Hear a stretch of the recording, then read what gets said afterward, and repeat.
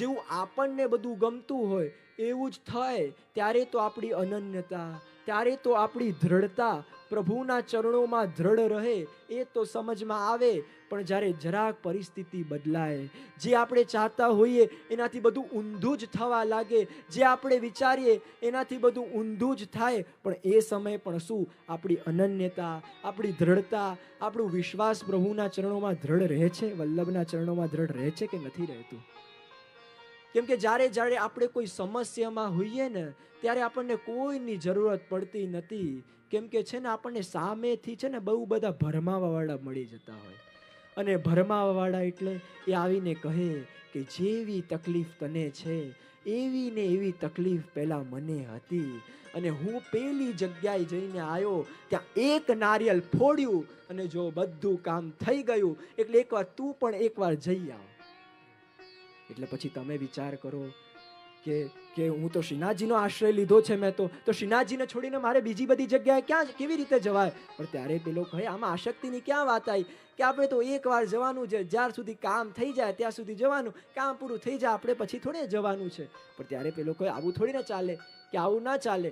પણ ત્યારે તમે કહો કે હવે પેલો એક વાર કહે છે, પેલો બે વાર કહે, હવે પેલો ત્રીજી વાર કહે, એટલે હવે તમને પણ લાગે એક વાર જવામાં શું વાંધો છે.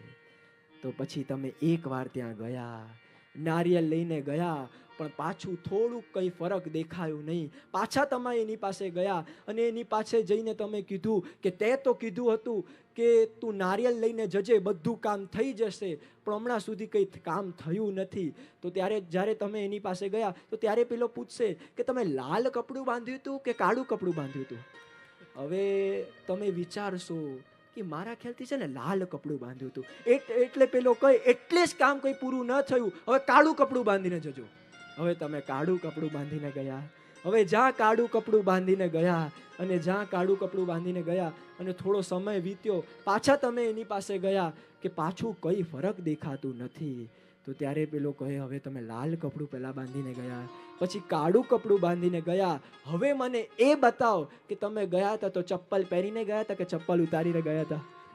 હવે તમે કહેશો કે આટલું દૂર જવાનું હતું એટલે ચપ્પલ પહેરીને ગયો હતો. એટલે પેલો કહે એટલે જ તમારું કોઈ કામ પૂરું ન થયું, એટલે હવે ચપ્પલ ઉતારીને જજો. તો અહીંયા શ્રી હરિરાય મહાપ્રભુજી આપણને શું સમજાવે છે કે આ વસ્તુ એમને એમ જ ચાલતી રહે, પણ આનું કોઈ અંત આવે નહીં. કેમ કે શ્રી વલ્લભ નામ નૌકા વિના કહો કો ઉતર્યો પાર. એવો તો કયો ભગવદી, એવો તો કયો જીવ કે જે આ વલ્લભની નામની નૌકાને વિના તરી ગયો છે. કેમ કે એકવાર તમે શ્રી વલ્લભની નામના બેસી ગયા, એની પછી તમે હસો, રડો, ગાઓ કે ઊંઘી જાઓ, એકવાર બેસી ગયા તો નાવ તો તમને પેલે પાર ઉતારે જ છે. તો અહીંયા શ્રી હરિરાય મહાપ્રભુજી આપણને શું કહે છે કે જીવે એ શ્રી વલ્લભની નામની નૌકાનો સહારો લેવો. કેમ કે આ નૌકા જ એક આપણા પાસે એવું સાધન છે જેનાથી આપણે આ ભવસાગરથી પણ તરી શકીએ છીએ. એ વાત અહીંયા શ્રી હરિરાય મહાપ્રભુજી આપણને આ ચોથી સાખીની અંદર આપણને વર્ણન કરતા સમજાવે છે. હવે આપણે પાંચમી સાખીનું ગાન કરીશું, એના પછી આપણે એનું રસદર્શન કરીશું.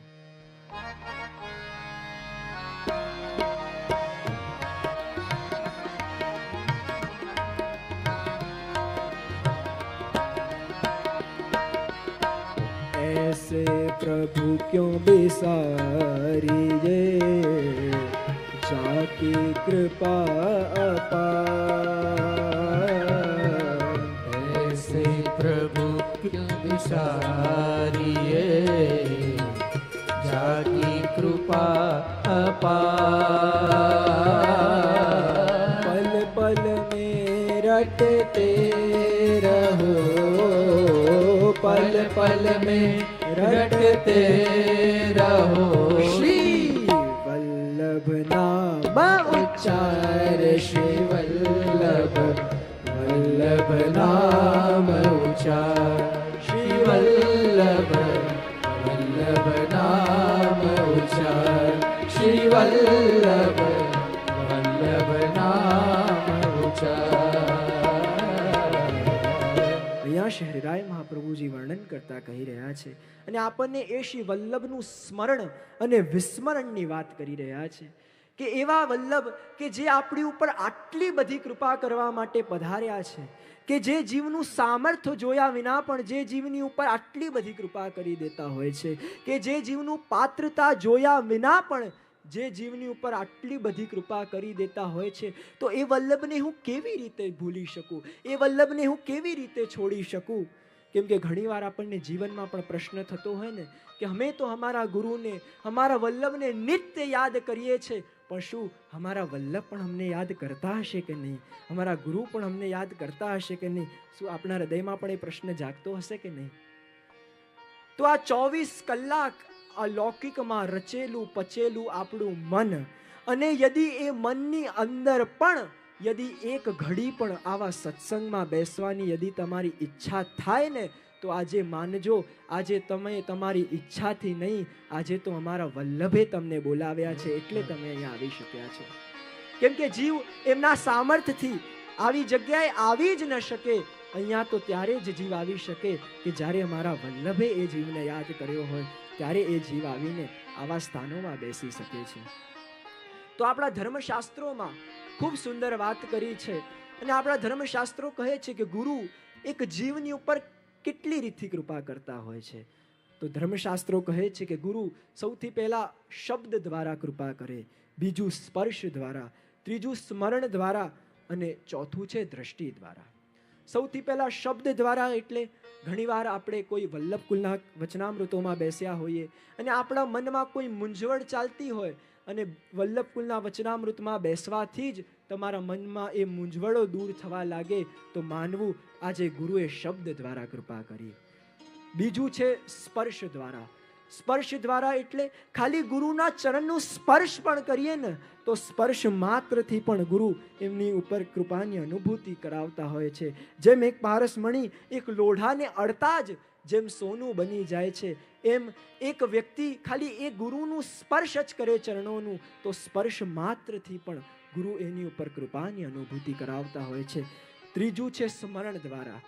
સ્મરણ દ્વારા એટલે ઘણીવાર આપણે જીવનમાં એવા સંકટમાં ફસાઈ ગયા હોઈએ, એવા સંકટમાં ફસાઈ ગયા હોઈએ, પણ યદિ એ સમય પણ યદિ આપણે ખાલી આપણા ગુરુનું સ્મરણ પણ કરીએ ને, તો સ્મરણ માત્રથી પણ ગુરુ આપણી ઉપર કૃપાની અનુભૂતિ આપણા ઉપર કરતા હોય છે.